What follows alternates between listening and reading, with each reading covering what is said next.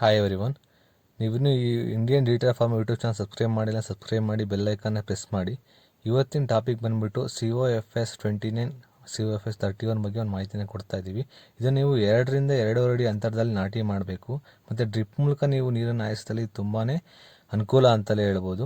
So ಇದು ನೇಪಿಯರ್ಗಿಂತ ಉತ್ತಮವಾದ ಒಂದು ತಳಿಯಾಗಿರುತ್ತೆ, ಯಾಕೆಂದರೆ ಇದು ತುಂಬಾ ಮೃದುವಾಗಿರುತ್ತೆ. ಹಸುಗಳು ಆಗಿರ್ಬೋದು, ಕುರಿಗಳ ತಿನ್ನಲು. ಸೊ ಅದಕ್ಕೆ ಇದು ನೇಪಿಯರ್ಗಿಂತ ಸ್ವಲ್ಪ ಬೆನಿಫಿಟ್ ಅಂತ ಹೇಳ್ತಾರೆ. ಸೊ ಇದು COFS 20 ಅಥವಾ 31 ನೋಡಲು ನಾಟಿ ಜೋಳದ ಕಡ್ಡಿ ಯಾವ ಥರ ಇರುತ್ತೆ ಆ ಥರನೇ ಇರುತ್ತೆ. ನೀವು ನೋಡ್ತಾ ಇದ್ದೀರ ವೀಡಿಯೋಲ್ಲಿ ನಾವು ತೋರಿಸ್ತಾ ಇದ್ದೀವಿ. ಸೇಮ್ ಅದೇ ಥರ ಇರುತ್ತೆ. ನಾಟಿ ಜೋಳದ ಕಡ್ಡಿ ಯಾವ ಥರ ಇರುತ್ತೆ ಆ ರೀತಿಯಾದಂಥ ಒಂದು ಬೆಳೆ ಇರುತ್ತೆ. ಈಗ ನೋಡ್ತಾ ಇರೋಂಥ ವೀಡಿಯೋದಲ್ಲಿ ನೋಡ್ತಾ ಇರೋಂಥದ್ದು ಬೆಳೆ ಎಷ್ಟು ದಿವಸದಪ್ಪ ಅಂದರೆ 25 ರಿಂದ 30 ದಿವಸದ ಮೇವಿದು. ಇಷ್ಟು ದಿವಸದಲ್ಲಿ ಈ ಥರ ಒಂದು ಬೆಳೆ ಬಂದಿದೆ. ಓಕೆನಾ, ಈ ಸ್ಯಾಂಪಲ್ ತೋರಿಸ್ತಾ ಇರೋದು ನಾವು ಇಷ್ಟು ದಿವಸಕ್ಕೆ ಬಂದಿದೆ ಅಂತ.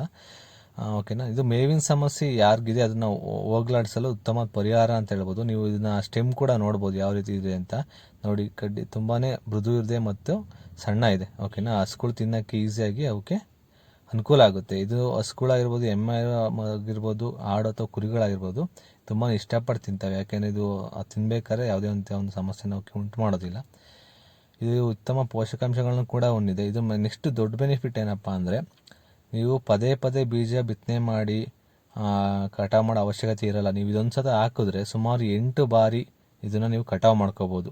ಓಕೆನಾ, ಅದಕ್ಕೆ ಇದು ತುಂಬಾ ಉತ್ತಮ ಅಂತಲೇ ಹೇಳ್ಬೋದು. ಸೊ ನೀವು ಒಂದು ಸಲ ಹಾಕಿದ್ರೆ ಅಂತರದಲ್ಲಿ ಅದು 2 ಅಡಿಯಿಂದ 2.5 ಅಡಿ ಅಂತರದಲ್ಲಿ ನೀವು ಹಾಕಿದ್ರೆ ಸುಮಾರು 8 ಬಾರಿ ನೀವು ಕಟಾವು ಮಾಡ್ಕೊತಲೇ ಇರ್ಬೋದು. 8 ಬಾರಿ ತನಕ ನೀವು ಕಟಾವು ಮಾಡ್ದಂಗೆ ಮತ್ತೆ ಬೆಳೀತಾ ಇರುತ್ತೆ 8 ಬಾರಿ ಆ ಥರ. ಓಕೆನಾ, ಅರ್ಥ ಆಯ್ತು ಅಂತ ಅಂದ್ಕೊತೀನಿ ನಿಮಗೆ. ಸೊ ಅದು ಬೆಸ್ಟ್ ಬೆನಿಫಿಟ್ ಇದ್ರದ್ದು. ನೀವು ಅಂದರೆ ನೇಪಿಯರ್ಗಿನ ಬೆಸ್ಟ್ ಯಾಕೆ ಅಂತಂದರೆ ಇದು ಮೃದುವಾಗಿದೆ ಅಂತ ಒಂದು ಹೇಳಿದೆ, ಮತ್ತು ಪೋಷಕಾಂಶಗಳಲ್ಲಿ ಕೂಡ ಇದು ತುಂಬಾ ಚೆನ್ನಾಗಿದೆ. ಮತ್ತು ಇದು ಎಕರೆಗೆ ಎಷ್ಟು ಬೇಕು ಅಂತ ಒಂದು ಡೌಟ್ ನಿಮಗಿರುತ್ತೆ. ಎಕರೆಗೆ ನನ್ನ ಪ್ರಕಾರ ಇದು 4 kgಯಿಂದ 5 kgವರೆಗೆ ಒಂದು ಬೀಜ ಬೇಕಾಗುತ್ತೆ. ಈ ರೀತಿಯ ಇನ್ಫಾರ್ಮೇಷನ್ ನಾವು ಈ ಚಾನಲ್ ಅಪ್ಲೋಡ್ ಮಾಡ್ತಾ ಹೋಗ್ತಾ ಇದ್ದೀವಿ. ಈ ಚಾನಲ್ ಸಬ್ಸ್ಕ್ರೈಬ್ ಮಾಡಿ, ಬೆಲ್ ಐಕನ್ನ ಪ್ರೆಸ್ ಮಾಡಿ. Thank you.